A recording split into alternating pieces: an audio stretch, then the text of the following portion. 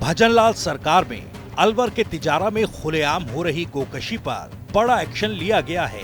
2 दिन पहले तिजारा में किशनगढ़ बास स्थित रुंद गिदावड़ा के जंगलों में बड़े पैमाने पर गोकशी और गोमांस बेचने का मामला एक्सपोज हुआ था और उसके बाद से सरकारी तंत्र में हड़कंप मचा हुआ था।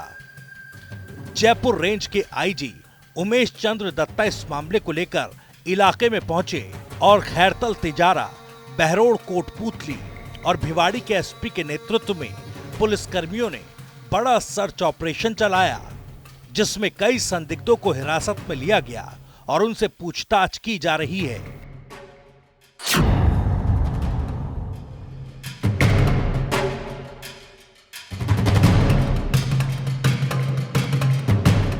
दूसरी तरफ इस मामले में पुलिस कर्मियों पर भी गाज गिरी है। रुंद गिदावड़ा के जंगलों में खुलेआम हो रही गोकशी के मामले में जयपुर रेंज के आईजी उमेश चंद दत्ता ने किशनगढ़ बास थाना प्रभारी समेत 38 पुलिस कर्मियों को लाइन हाजिर कर दिया, जबकि 4 पुलिस वालों को निलंबित किया गया। रेंज के आईजी उमेश चंद्र ने बताया कि इस प्रकरण को गंभीर मानते हुए वहां से कुछ तथ्य और अवशेष इकट्ठा किए गए हैं, जिनका वैज्ञानिक परीक्षण किया जा रहा है। समस्त रेंज में से लगभग 4 जिलों से जो एसपी साहिबान और फोर्सेस को लेकर पूरे के पूरे एरिया में कॉम्बिंग ऑपरेशंस किए गए हैं। काफ़ी सारे संदिग्ध लोगों को इस दौरान दस्तयाब करके पूछताछ भी की जा रही है। जैसा आपने खुद ही कहा है कि मौके से भी कई चीज़ें इकट्ठा की गई हैं, जिनका वैज्ञानिक परीक्षण किया जा रहा है।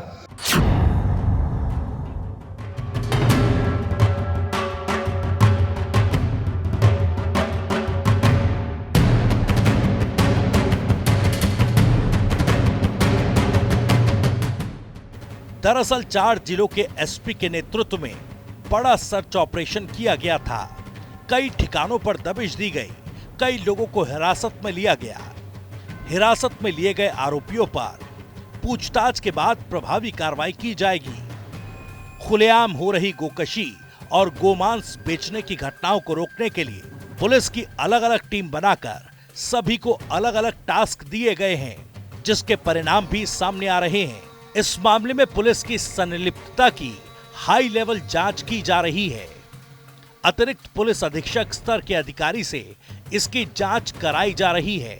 जिस भी पुलिसकर्मी की इसमें लिप्तता पाई गई, उसके खिलाफ कठोर और त्वरित कार्रवाई की जाएगी। इस मामले में किशनगढ़ बास के पूरे थाने को लाइन हाजिर किया गया। 4 पुलिसकर्मियों को निलंबित किया गया। इस थाने में थानेदार समेत 38 पुलिसकर्मी तैनात हैं। देखिए, बिल्कुल इसमें भी मैंने एक उच्च स्तरीय जांच दी गई है एक एडिशनल एसपी स्तर के ज़िले से बाहर के अधिकारी को, और अगर किसी की भी इसमें संलिप्तता पाई जाती है तो कठोर और इमीडिएट दोनों ही एक्शंस होंगे इसमें। इधर विश्व हिंदू परिषद समेत कई संगठनों ने किशनगढ़ बास में डीएसपी कार्यालय का घेराव किया, गौ तस्कर और गोकशी में शामिल आरोपियों की गिरफ्तारी की मांग की। पुलिस कर्मियों पर गौ तस्करी को बढ़ावा देने का आरोप लगाया। गौकशी पर हुए एक्शन के बीच इस मामले पर सियासत भी गरमाई हुई है। कांग्रेस नेता ने गौकशी और गौ तस्करी को लेकर बीजेपी के ही नेताओं पर आरोप मढ़ दिए। बीजेपी सरकार आते ही के साथ बीजेपी के बड़े बड़े नेता तो दावे करते थे कि क्रिमिनल शहर छोड़ के भाग जाएंगे, गांव छोड़ करके भाग जाएंगे। जो बीजेपी गाय के नाम पर वोट बटोरती है, राम के नाम पे वोट बटोरती है। बीजेपी के राज में बीजेपी की नाक के नीचे गोकशी चल रही है, खुलेआम मंडी लग रही है, और प्रशासन को पता होते हुए भी इसके खिलाफ कार्रवाई नहीं हुई। इसमें कौन कौन लोग फंसेंगे? इसमें बीजेपी के नेता फंसेंगे। अभी पूर्व मंत्री आए थे कुछ दिन पहले, गृह राज्य मंत्री मैडम साहब, उन्होंने कहा था कि गौ तस्कर गाँव छोड़ करके भाग जाएंगे, क्रिमिनल शहर छोड़ करके भाग जाएंगे। उनकी नाक के नीचे ये जो मीडिया ने खुलासा किया है, उसके बाद क्या कार्रवाई सरकार करती है। आपको बता दें, अलवर का ये इलाका मेवात से लगता है, जहां गौकशी कर गाय का मांस बेचा जाता है, फिर उसे मेवात इलाके में सप्लाई किया जाता है।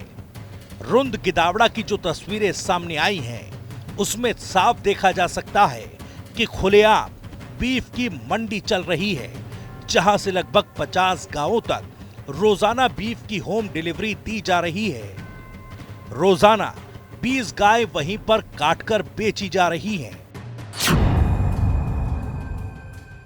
ग्रामीण लोग मोटरसाइकिलों पर गाय का मांस खरीदकर भी ले जाते हैं।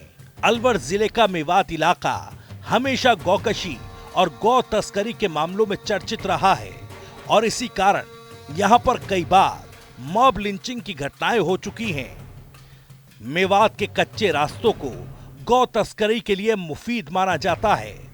पहले भी कई बार गौ मांस बिक्री के मामले सामने आए, लेकिन पिछले सालों में रामगढ़ इलाके में सबसे ज्यादा गोकशी की घटनाएं देखने को मिली, जिसमें रघुनाथगढ़ कॉलोनी के रेवाड़ा का बस में गौकशी की घटनाएं मिली, जहां 20 से ज्यादा गायों के कटे होने के अवशेष पाए गए।